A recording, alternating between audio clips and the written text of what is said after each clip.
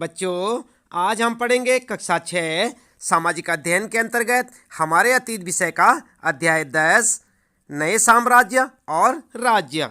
हम आपको बताएंगे इस पाठ से संबंधित प्रश्नों के उत्तर।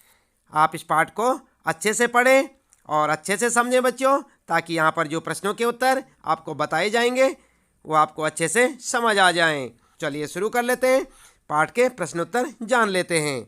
आप देख सकते हैं सबसे पहले आपके लिए पाठ के आंतरिक प्रश्न और उनके उत्तर, यानी कि आंतरिक प्रश्न समझते हैं ना बच्चों। आंतरिक प्रश्न होते हैं जो पाठ के बीच बीच में पूछे गए प्रश्न होते हैं, उन्हें कहते हैं आंतरिक प्रश्न। आप देख सकते हैं पाठ के बीच में कई प्रश्न आपसे पूछे होते हैं। तो जैसे कि पहला प्रश्न है, यहाँ पर आप देख सकते हैं, यह वर्णन तुम्हें उस राजा के बारे में क्या बताता है, राजा किस प्रकार युद्ध लड़ते थे। और यहाँ पर जो है आप देख सकते हैं 112 नंबर पेज पर आपको ये प्रश्न देखने को मिलेगा। आप अपनी पाठ्य पुस्तक के 112 नंबर पेज पर देखें, इस प्रकार से आपको प्रश्न मिलेगा। आप उत्तर में लिखेंगे, राजा युद्ध के मैदान में बिल्कुल आमने सामने की लड़ाई लड़ते थे। वे युद्ध में लड़ने के लिए गदाओं, तलवारों, भालों और तीरों आदि का भरपूर प्रयोग करते थे। तो इस प्रकार से आप जो अपने पहले प्रश्न का उत्तर लिख सकते हैं। इसके बाद दूसरा प्रश्न है बच्चों, और दूसरे प्रश्न में पूछा है आर्यवर्त और दक्षिणापथ के राज्यों के साथ समुद्रगुप्त के व्यवहार में क्या अंतर था। और ये जो है आपको मिलेगा, ये भी आंतरिक प्रश्न है। 113 नंबर पेज पर आप देख सकते हैं। इस प्रकार से आपको एक प्रश्न देखने को मिलेगा और इस प्रश्न के उत्तर में आप क्या लिखेंगे, उत्तर लिखेंगे, समुद्रगुप्त ने आर्यवर्त के शासकों को हराकर उनके राज्यों को अपने साम्राज्य में मिला लिया था, जबकि दक्षिणापथ के शासकों ने हार जाने के बाद समुद्रगुप्त के सामने स्वयं समर्पण कर दिया था। इसके बाद समुद्रगुप्त ने उन्हें फिर से शासन करने की अनुमति प्रदान कर दी थी। इस अंतर का मुख्य कारण यह था कि समुद्रगुप्त आर्यवर्त के शासकों पर नियंत्रण रख सकता था, क्योंकि वे उनकी राजधानी के नज़दीक थे, जबकि दक्षिणापथ शासकों पर उत्तर भारत में बैठकर नियंत्रण रखना काफ़ी कठिन था, क्योंकि वे उसकी राजधानी से दूर थे। इसलिए समुद्रगुप्त ने उनको फिर से शासन करने की अनुमति प्रदान की। ठीक है, तो इस प्रकार से आप अपने दूसरे प्रश्न को देख सकते हैं 113 नंबर पेज पर, और वहाँ जो है उसका उत्तर आप इस प्रकार से लिखेंगे, उसे अच्छे से याद करें। बात करते हैं बच्चों, तीसरा प्रश्न है आपके लिए, और तीसरे प्रश्न में पूछा है, इन उपाधियों को महत्व के हिसाब से सजाओ। जैसे कि देख सकते हैं आप, राजा, महाराज, अधिराज, महाराजा। और ये प्रश्न मिलेगा आपको 114 नंबर पेज पर। आप अपनी पाठ्य पुस्तक के 114 नंबर पेज पर देख सकते हैं बच्चों। वहाँ पर इस प्रकार का आपको एक प्रश्न मिलेगा और उत्तर में आप लिखेंगे, इस प्रकार से लिखेंगे, उत्तर लिखेंगे, राजा नंबर 1, दूसरा महाराजा और नंबर 3 महाराज, अधिराज। ठीक है, तो इस प्रकार से आप जो है इन्हें क्रमबद्ध लगा सकते हैं। चौथा प्रश्न है बच्चों, और चौथे प्रश्न में पूछा है मानचित्र 8, जो कि 136 नंबर पेज पर है। देखो और सूची बनाओ कि जब हर्षवर्धन बंगाल तथा ख में लिखा है नर्मदा तक गए होंगे तो आज के किन किन राज्यों से गुजरे होंगे। और ये प्रश्न मिलेगा आपको 115 नंबर पेज पर, आप देख सकते हैं।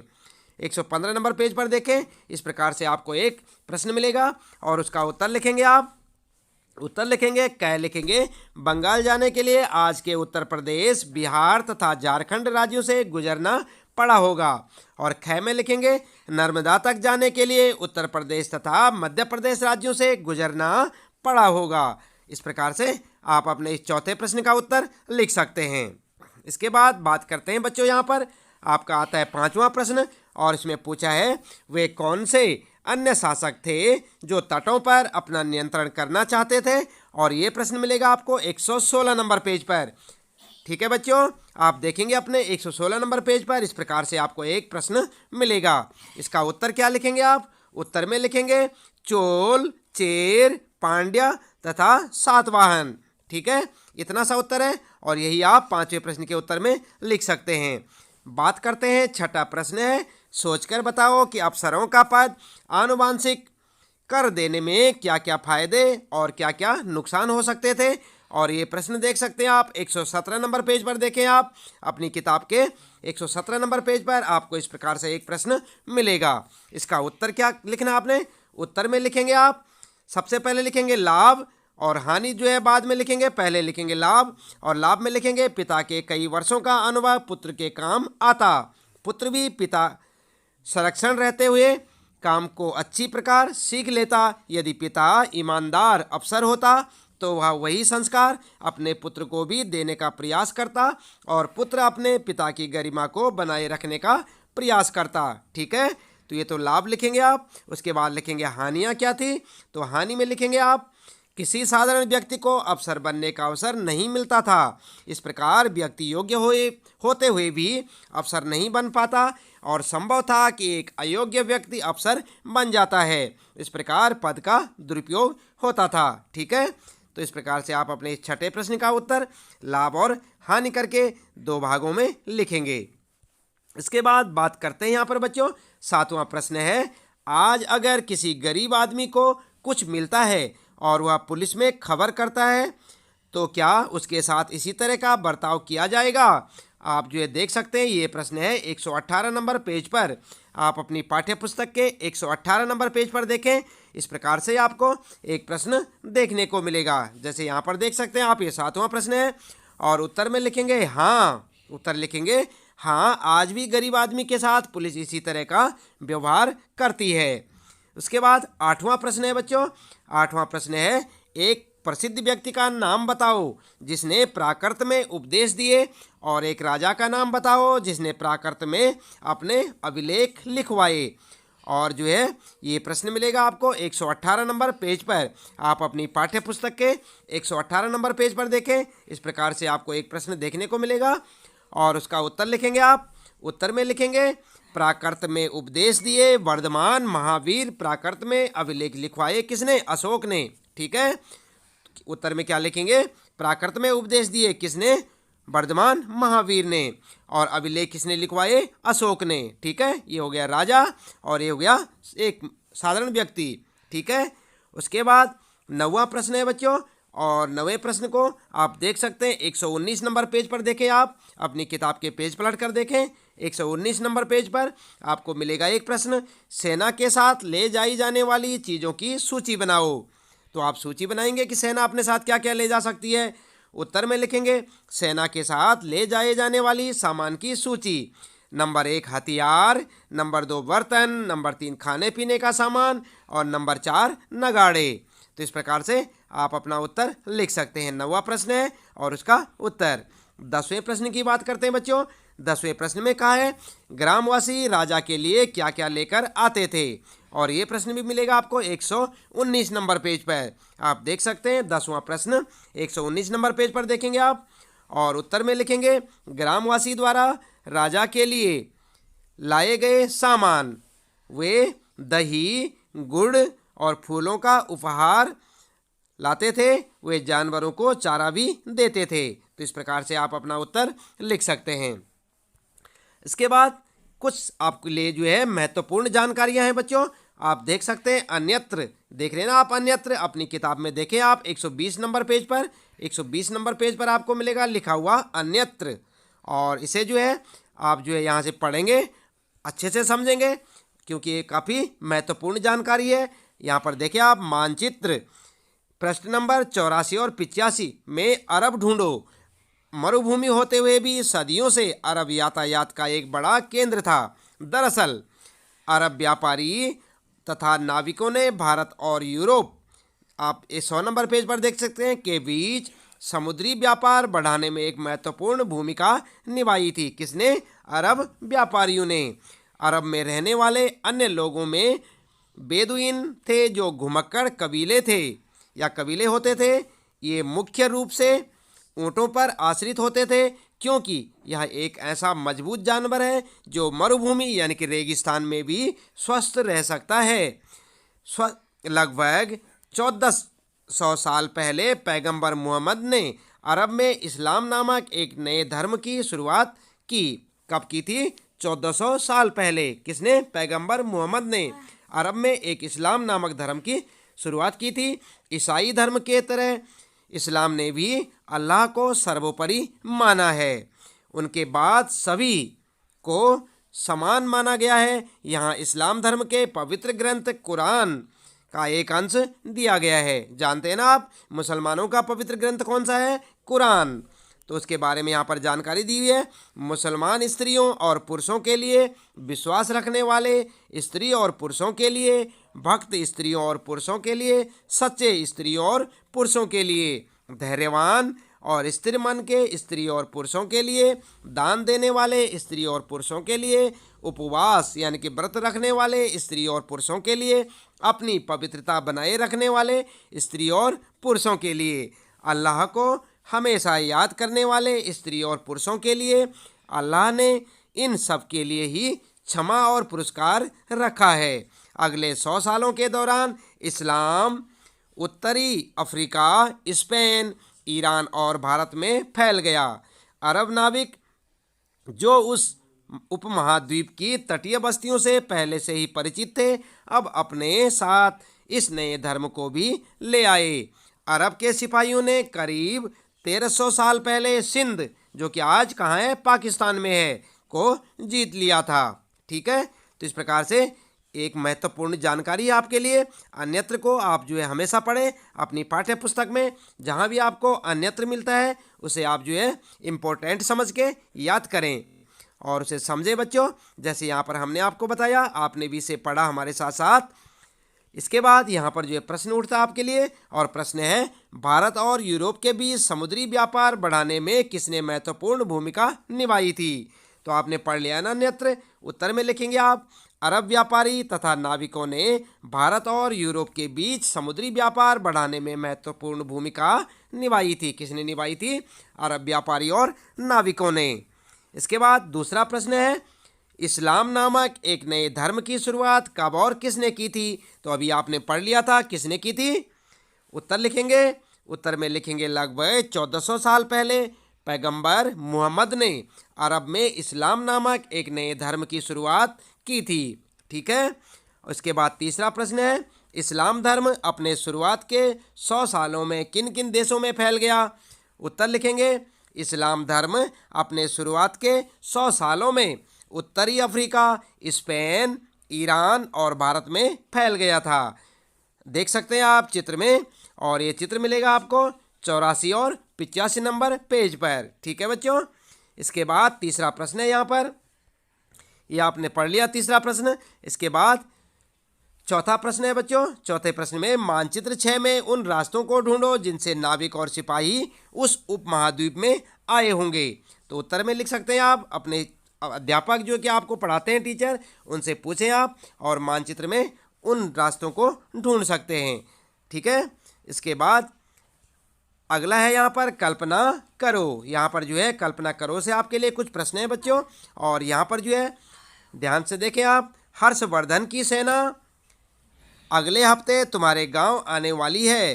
तुम्हारे माता पिता इसके लिए तैयारी कर रहे हैं। वर्णन करो कि वे क्या क्या बोल रहे हैं और क्या क्या कर रहे हैं। आपने कल्पना करनी है कि यदि हर्षवर्धन की सेना अगले हफ्ते आपके गांव पहुंच जाए तो आपके माता पिता और आप उसके लिए क्या क्या बोलेंगे, क्या क्या तैयारी करेंगे। तो उत्तर में लिख सकते हैं आप, चाहे तो अपने हिसाब से लिख सकते हैं, चाहे ऐसे लिखें, मेरे माता पिता राजा और उसकी सेना का स्वागत के लिए तैयारी कर रहे हैं। वे आपस में बातचीत कर रहे हैं कि गुड़ अच्छे बनाना ताकि राजा गुड़ खाकर खुश हो जाते। पिताजी माताजी से कह रहे हैं कि जब तक राजा यहाँ रहेंगे तुम्हें रोजाना अच्छे से दही बनाना है और फूलों का गुलदस्ता बनाना है ताकि राजा का मन खुश हो जाए। अरे हमें तो राजा के जानवरों के लिए चारे का भी प्रबंध करना है, ठीक है ना, क्योंकि पुराने राजे महाराजों को लोग दही गुड़ और गुलदस्ते वगैरह फूलों के देते थे, इसलिए आपको भी वही सब तैयारी करनी होगी। इसके बाद बच्चों अगला प्रश्न यहाँ पर जो है प्रश्न है पाठ के अंत में पूछे गए प्रश्न, यानी कि पाठ आपने पढ़ लिया पूरे पाठ के बाद आपको कुछ प्रश्न दिखाई देंगे और आप सबसे पहले वहाँ पर देख सकते हैं आओ याद करें। और यहाँ पर जो है पहला प्रश्न आपके लिए सही या गलत बताइए। तो यहाँ पर कै ख ग अलग अलग यहाँ पर जो है दिए हुए हैं और इन वाक्यों को आप पढ़ेंगे और इनमें सही गलत बताएंगे। पहला आप देख सकते हैं कै वाला, हरिसेन ने गौतमी पुत्र श्री सातकर्णी की प्रशंसा में प्रशस्ति लिखी। क्या ये सही है या गलत है? चलिए हम आपको अभी उत्तर बता देंगे। और ख है आर्यवर्त के शासक समुद्रगुप्त के लिए भेंट लाते थे। सही है या गलत है? गय वाला है दक्षिणापथ में 12 शासक थे। सही या गलत? घ है गुप्त शासकों के निमंत्रण में 2 महत्वपूर्ण केंद्र तक्षशिला और मदुरै थे। सही है या गलत? इसके बाद अगला है ऐहोल पल्लवों की राजधानी थी। सही है या गलत है? और च है दक्षिण भारत में स्थानीय सभाएं सदियों तक काम करती रही। तो बताइए ये सही है या गलत? ये पहला प्रश्न है आपका। उत्तर में आप लिख सकते हैं बच्चों। सबसे पहले आप क वाले को लिखेंगे गलत, और फिर ख वाले को लिखेंगे गलत, ग वाले को सही, और घ वाले को गलत, और ग वाले को गलत, और च वाले को सही। ठीक है, इस प्रकार से आप लगाएं यहाँ पर बच्चों। और इसके बाद जो है आप देख सकते हैं यहाँ पर ये है आपका प्रश्न, और सही गलत लगाना है, और ये आपके उत्तर। इसके बाद अगला प्रश्न है यहाँ पर, दूसरा प्रश्न है बच्चों, और दूसरे प्रश्न में पूछा है ऐसे 3 लेखकों के नाम बताओ जिन्होंने हर्षवर्धन के बारे में लिखा। उत्तर में लिखेंगे आप उन 3 लेखकों के नाम बाण भट्ट, xuanzang और रवि कीर्ति। ऐसे 3 लेखकों के नाम हैं जिन्होंने हर्षवर्धन के बारे में लिखा था। ठीक है, इसके बाद तीसरा प्रश्न है इस युग में सैन्य संगठन में क्या बदलाव आए। और क्या बदलाव आए बच्चों? उत्तर में लिखेंगे आप निम्नलिखित बदलाव आए। उत्तर लिखेंगे आप निम्नलिखित बदलाव आए। नंबर 1, राजा एक सुसंगठित सेना रखते थे जिसमें हाथी, रथ, घुड़सवार और पैदल सिपाही होते थे। दूसरा लिखेंगे आप पॉइंट बनाकर वे सेना नायक भी रखते थे जो आवश्यकता पड़ने पर राजा को सैनिक सहायता दिया करते थे। इसके बाद अगला लिखेंगे आप तीसरा पॉइंट, इन सेना नायकों को कोई नियमित वेतन नहीं दिया जाता था, इन्हें भूमि दान दिया जाता था। वे दी गई भूमि से कर वसूल करते थे जिससे वे सेना और घोड़ों की देखभाल करते थे। इसके बाद अगला चौथा पॉइंट लिखेंगे आप, वे सेना नायक सामंत कहलाते थे। जहाँ कहीं भी शासक दुर्बल होते थे ये सामंत स्वतंत्र होने की कोशिश करते थे। तो इस प्रकार से आप अपने तीसरे प्रश्न का उत्तर लिख सकते हैं। ये है आपका तीसरा प्रश्न, और इसका उत्तर आप पॉइंट बनाकर 4 पॉइंटों में लिख सकते हैं। बात करते हैं बच्चों, चौथा प्रश्न है इस काल की प्रशासनिक व्यवस्था में तुम्हें क्या क्या नई चीज़ें दिखती हैं। तो यहाँ पर जो है उत्तर लिखेंगे आप बड़ा सोच समझ कर लिखें। उत्तर में लिखेंगे प्रशासन की प्राथमिक इकाई गांव होते थे, लेकिन धीरे धीरे कई बदलाव आए।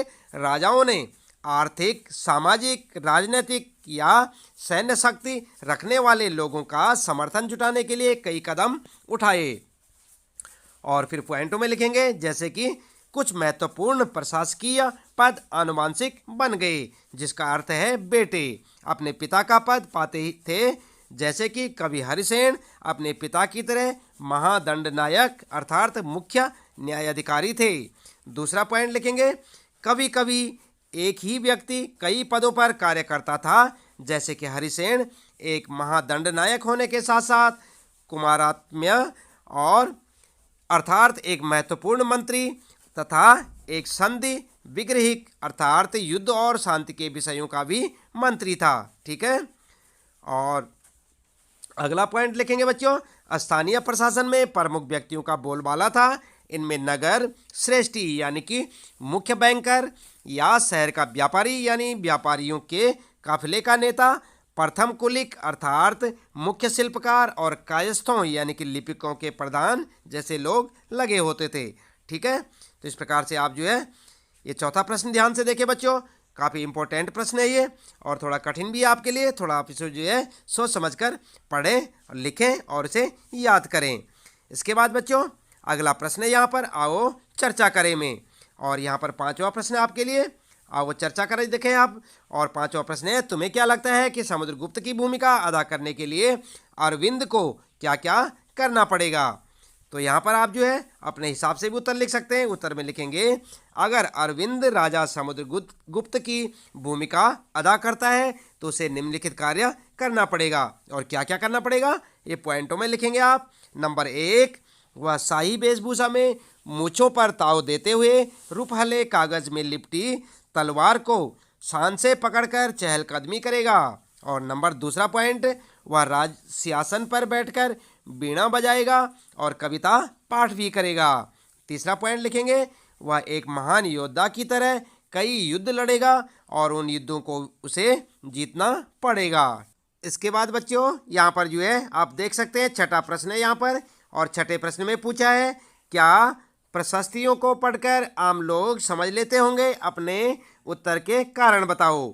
उत्तर के कारण आप क्या बताएंगे, आप बताएंगे आम लोग प्रशस्तियों को पढ़कर नहीं समझ पाते होंगे क्योंकि वे संस्कृत में होती थी। संस्कृत आम लोगों की भाषा नहीं थी। आम आदमी सामान्यतः पढ़े लिखे नहीं थे, इसलिए प्रशस्तियों को पढ़ना और समझ जाना उनके लिए संभव नहीं था। तो इस प्रकार से आप अपने छठे प्रश्न का उत्तर लिख सकते हैं। बात करते हैं यहाँ पर, उसके बाद सातवां प्रश्न है, आओ करके देखें। आप देख सकते हैं बच्चों यहाँ पर, और ये एक्टिविटी से संबंधित प्रश्न आपके लिए। आप प्रश्न को देखें। अगर तुम्हें अपनी वंशावली बनानी हो तो तुम उसमें किन लोगों को शामिल करोगे, कितनी पीढ़ियों को तुम इसमें शामिल करना चाहोगे। एक चार्ट बनाओ और उसे भरो।